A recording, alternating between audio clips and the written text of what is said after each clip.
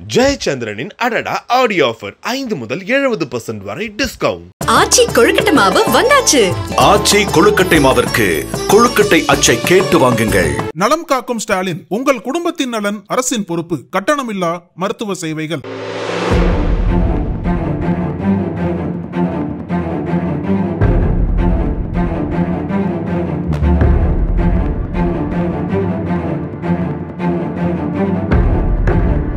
தமிழக பாஜகவின் முன்னாள் தலைவரும் நாகாலாந்து ஆளுநருமான இல கணேசன் ஆகஸ்ட் 15ஆம் தேதியான இன்று மாலை சென்னையில் உள்ள அப்பல்லோ மருத்துவமனையில் சிகிச்சை பலனின்றி காலமானார். சென்னை தியாகராய நகரில் உள்ள தனது இல்லத்தில் கடந்த ஆகஸ்ட் 8ஆம் தேதி அதிகாலை வழுக்கி விழுந்ததில் தலையில் பலத்த காயமடைந்த அவர் 1000 விளக்கு பகுதியில் உள்ள தனியார் மருத்துவமனையில் அனுமதிக்கப்பட்டு ஒரு வாரமாக தீவிர சிகிச்சை பெற்று வந்தார். அவரது மறைவு பாஜக தலைமை மற்றும் தொண்டர்களுக்கு பெரும் அதிர்ச்சியை ஏற்படுத்தியுள்ளது. 1945ஆம் ஆண்டு மே 1ஆம் தேதி தஞ்சாவூரில் பிறந்த இல கணேசன் சிறு வயதிலேயே தந்தையை இழந்து தனது அண்ணனின் அரவணைப்பில் வளர்ந்தவர். திருமணம் செய்யாமல் தனது வாழ்க்கையை முழுமையாக அரசியலுக்கு அர்ப்பணித்தவர். ஆரம்ப காலத்திலிருந்தே RSSல் முழுநேர தொண்டராக இணைந்து தேசிய சிந்தனை கொண்ட அமைப்புகளில் தீவிரமாக பணியாற்றியவர். 1970களில் எமர்ஜென்சி காலகட்டத்தில் அரசின் அடக்குமுறைகளை எதிர்த்து சுமார் 1 ஆண்டு காலம் தலைமறைவு வாழ்க்கை வாழ்ந்தார். அந்த காலகட்டத்தில் தற்போதைய தமிழ் தேசிய பேரியக்க தலைவர் பழ நெடுமாறனுடன் நெருங்கிய நட்புறவு கொண்டிருந்தார். பாஜகவில் இணைந்த பிறகு இல கணேசன் படிப்படியாக கட்சியில் முக்கிய பொறுப்புகளை வகித்தார். 1991ஆம் ஆண்டு தமிழக பாஜகவின் மாநில அமைப்பு செயலாளராக பதவியேற்றார். 2009 மற்றும் 2014ஆம் ஆண்டு மக்களவை தேர்தலில் தென்சென்னை தொகுதியில் பாஜக வேட்பாளராக போட்டியிட்டார். இரு தேர்தல்களிலும் வெற்றி பெறாவிட்டாலும் அவரது அர்ப்பணிப்பு மற்றும் உழைப்பு கட்சிக்கு முக்கிய பலமாக அமைந்தது. பின்னர் மத்திய பிரதேசத்திலிருந்து மாநிலங்களவை உறுப்பினராக தேர்வு செய்யப்பட்டு ராஜ்யசபாவில் பணியாற்றினார்.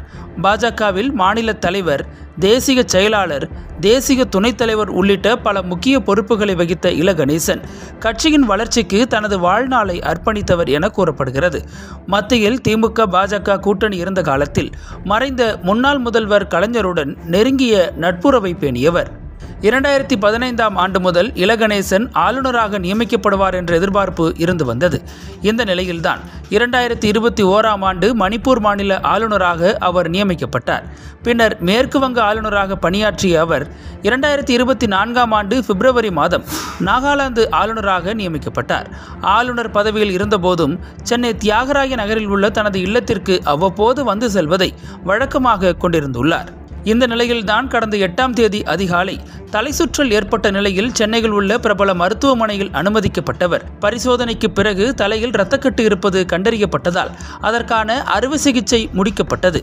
இந்த நிலையில்தான் தீவிர கண்காணிப்பு பிரிவில் இருந்து வந்தவர் தற்போது உயிரிழந்துள்ளார். பல்வேறு அரசியல் கட்சி தலைவர்கள் மற்றும் பொதுமக்கள் அவருக்கு இரங்கல் தெரிவித்து வருகின்றனர். இல கணேசன் தனது அரசியல் வாழ்க்கையில் எளிமையையும் ஒழுக்கத்தையும் முன்மாதிரியாக கொண்டவர். RSSல் தனது பயணத்தை தொடங்கிய அவர் தமிழகத்தில் பாஜகவின் வளர்ச்சிக்கு முக்கிய பங்காற்றியுள்ளார். பாஜகவில் இருந்தாலும் மாற்றுக் கட்சி நண்பர்களுடன் மிகுந்த நட்பு பாராட்டக்கூடியவராக இருந்தார். அவரது மறைவு தமிழக அரசியல் களத்தில் அதிர்ச்சியை ஏற்படுத்தியுள்ளது. நக்கீரன் டிவிக்கு சப்ஸ்கிரைப் செய்யுங்கள். உங்கள் ஆதரவே எங்கள் பலம். ஆசிரியர்களுக்கு நண்பனாகவும் மாணவர்களுக்கு ஆசானாகவும் திகழும் தேர்வு வழிகாட்டி. ஒவ்வொரு பாடத்திற்கும் அனுபவமிக்க ஆசிரியர்களின் துல்லியமான தெளிவான விடைகள். CNC இருக்கு, தேர்வு பயம் எதற்கு? இது தீரன் பப்ளிஷிங் ஹவுஸ் விற்பனை வெளியீடு.